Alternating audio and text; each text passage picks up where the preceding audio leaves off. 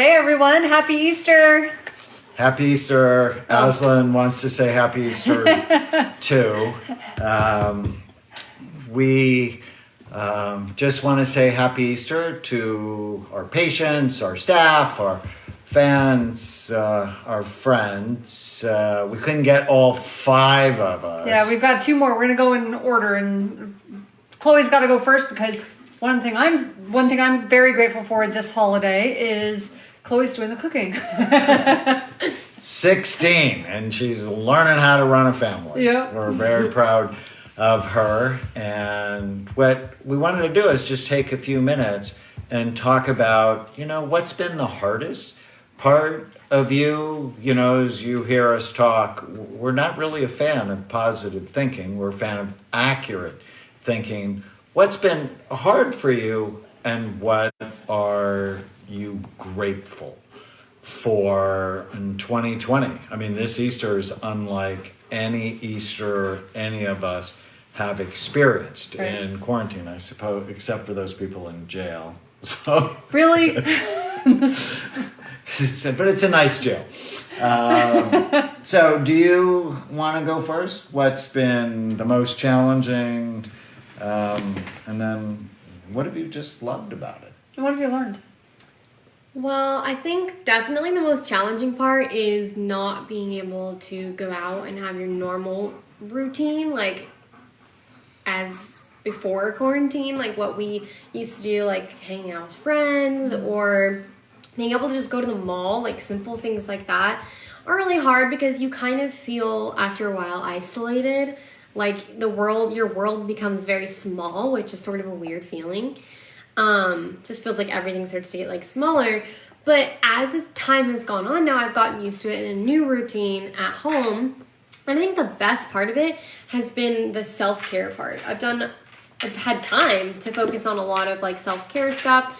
Been working out more, reading more, stuff like that. And I feel really good about that. So I think coming out of quarantine and going back into my normal routine is going to feel even better, because I've had time to focus on myself, which I think a lot of us don't do because we don't have time when we're at school and we're working to focus on ourselves. And now that all that's halted, that's all we have time to do.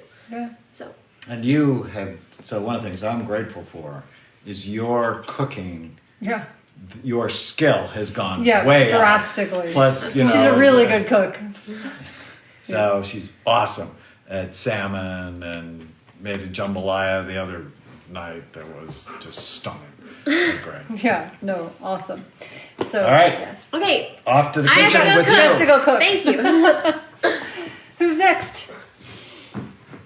Little one, you want to come? Come join us.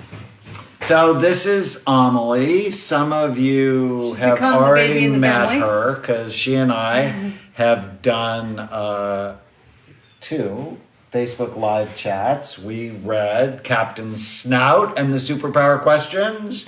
But actually what got more views was Time for Bed, Sleepyhead, where we read that, and 11,000 people or something watched us read Time for Bed, Sleepyhead. So it's Easter. You're actually sort of in a new house for you for Easter. So what's been the hardest part, and what are you grateful for? We should just add that. So our nieces recently came to live with us. So right before all this happened. So lots of changes. Probably the hardest thing is like not being able to go out with you guys and like going to restaurants and stuff like that. Yeah.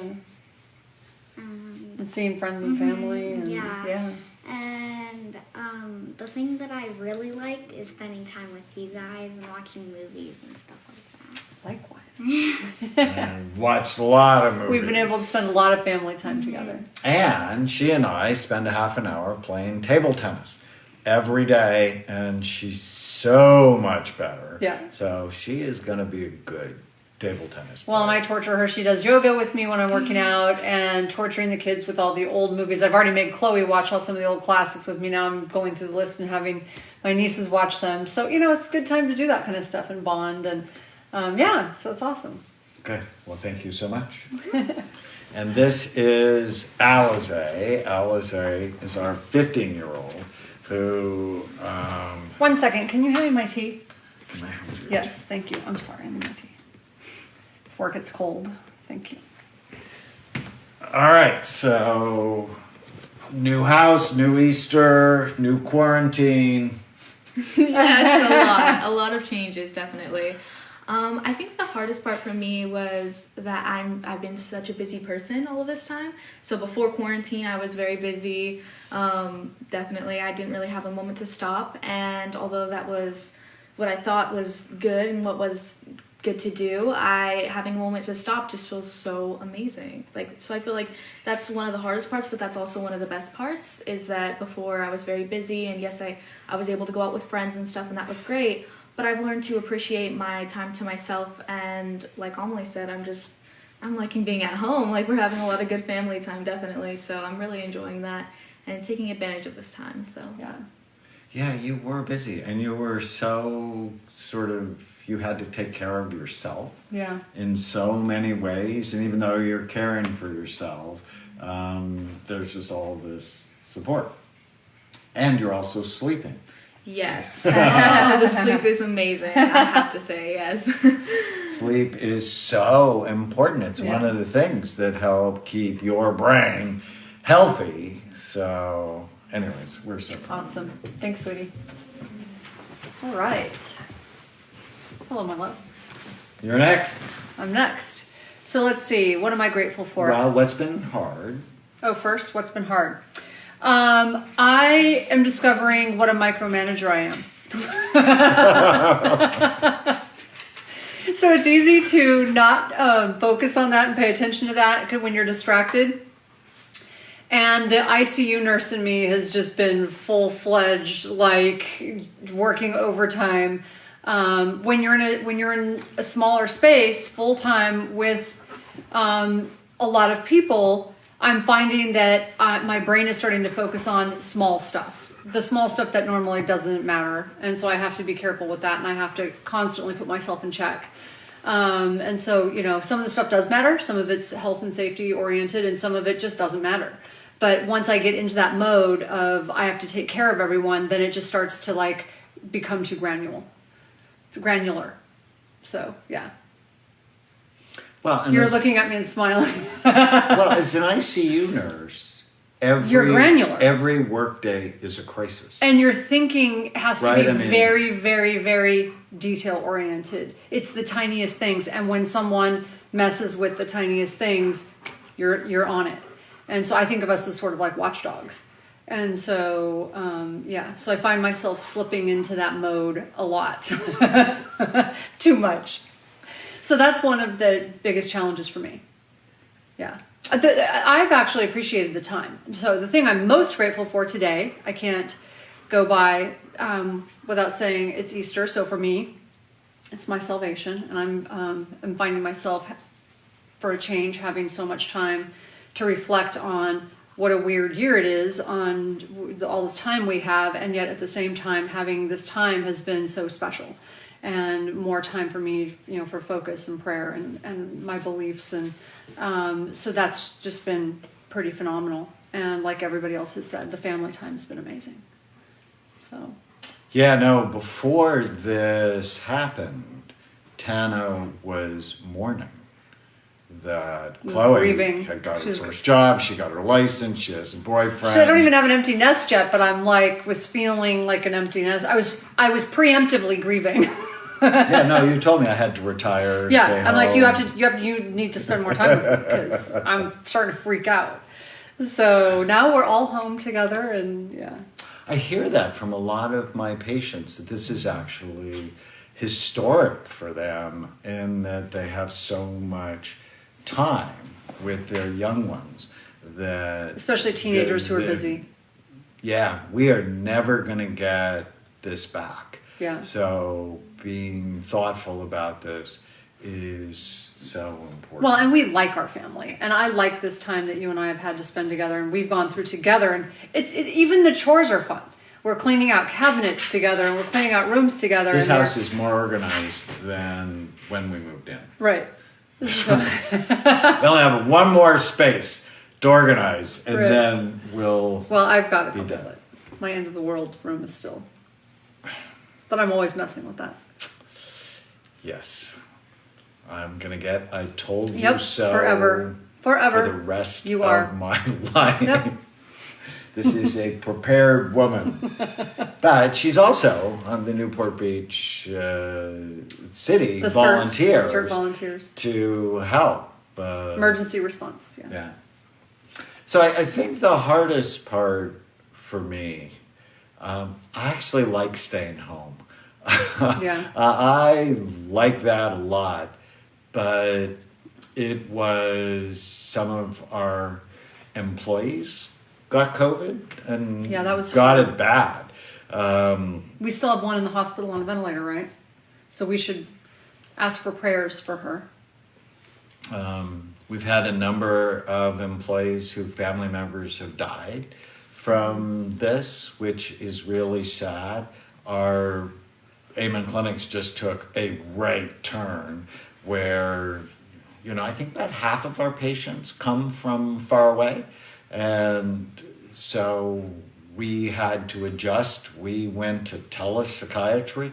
We've been doing that really for 30 years, but almost all of our patients went online. So it's worrying about my employees, helping to manage the business. And I have a great executive team. And, and they've all gone through their own emotions and hardship during this time. But, as a team, we've worked really well together. Right. And then my mom and dad and sister got COVID. And my mom and dad ended up in the hospital, actually Hoag Hospital. They're going to do a whole PR thing because they're like the cutest couple, Yeah, they're 88 so cute. and 90. That was the first thing I asked you. I said, how did that affect the staff? That had to be very uplifting and inspiring to the staff because they were sharing a room, and they were really sick. And Well, and the hardest part is I couldn't visit them. yeah. That's, and I still can't visit them because I They're don't not want to symptom- bring that. Well, they're not symptom home. free. My mom is, and my dad's now 5 days without a fever. So it's getting close. He's not really out of the woods yet. And it hits men way harder than really interesting. it hits women. Not all, obviously, but this is why your health is so important. But I'm grateful I get to do it.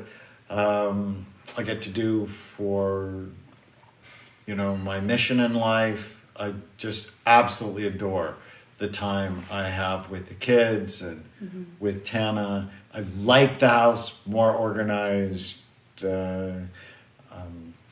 But we're going to come out of this with many blessings. Yeah. But also many challenges. So I want you at home to really work on keeping yourselves healthy because the post-pandemic world is going to be different. And I want you to be ready for that. And I think about 9/11 and the world was different afterwards. And this is going to be more different, right? But we've done different. And we know that when something big happens like this, it changes policies, it changes how we social practices, and we know that's going to happen. But for me, because I know that I have a tendency to get into that mindset of like being very intense, I'm really focusing on, there really have been so many blessings. In spite of the sadness, in spite of everything, which has just been tragic, I've got to focus on those blessings because I know my brain can go to that sort of weird place otherwise. And so there's just, I would ask you to write them down because I would venture to bet that a lot of you are also experiencing some things that are positive that you wouldn't have otherwise. So, not everyone. Some people are having more tragedies than others, even financially and jobs and things like that, and we want to be sensitive to that. Well, and never forget, where you bring your focus will determine how you feel. And one of the reasons we wanted to do both challenges and what you're grateful for is to keep that balance in your mind. I don't want you to deny the sadness, otherwise it tends to come out in other ways. But at the same time, mental discipline is so important so you can be healthy, because a healthy brain makes better decisions. And that's what we're going to require going forward, is really good decisions. And, you know, now part of our prayer is also for our leaders, that they make good decisions, and for the leaders of, you know, organizations as well. We covet your prayers that we make good decisions for the companies that we have and we lead. Yeah. All right. Happy we Easter, are everybody. grateful for you. So we like reaching out to you, and you have all been in my prayers. Our community has been in our prayers. So in my prayers. So thank you for all you bring to us, and we hope you have a blessed day with your families, and stay healthy and stay safe. Take care. Bye. Bye-bye. Happy Easter.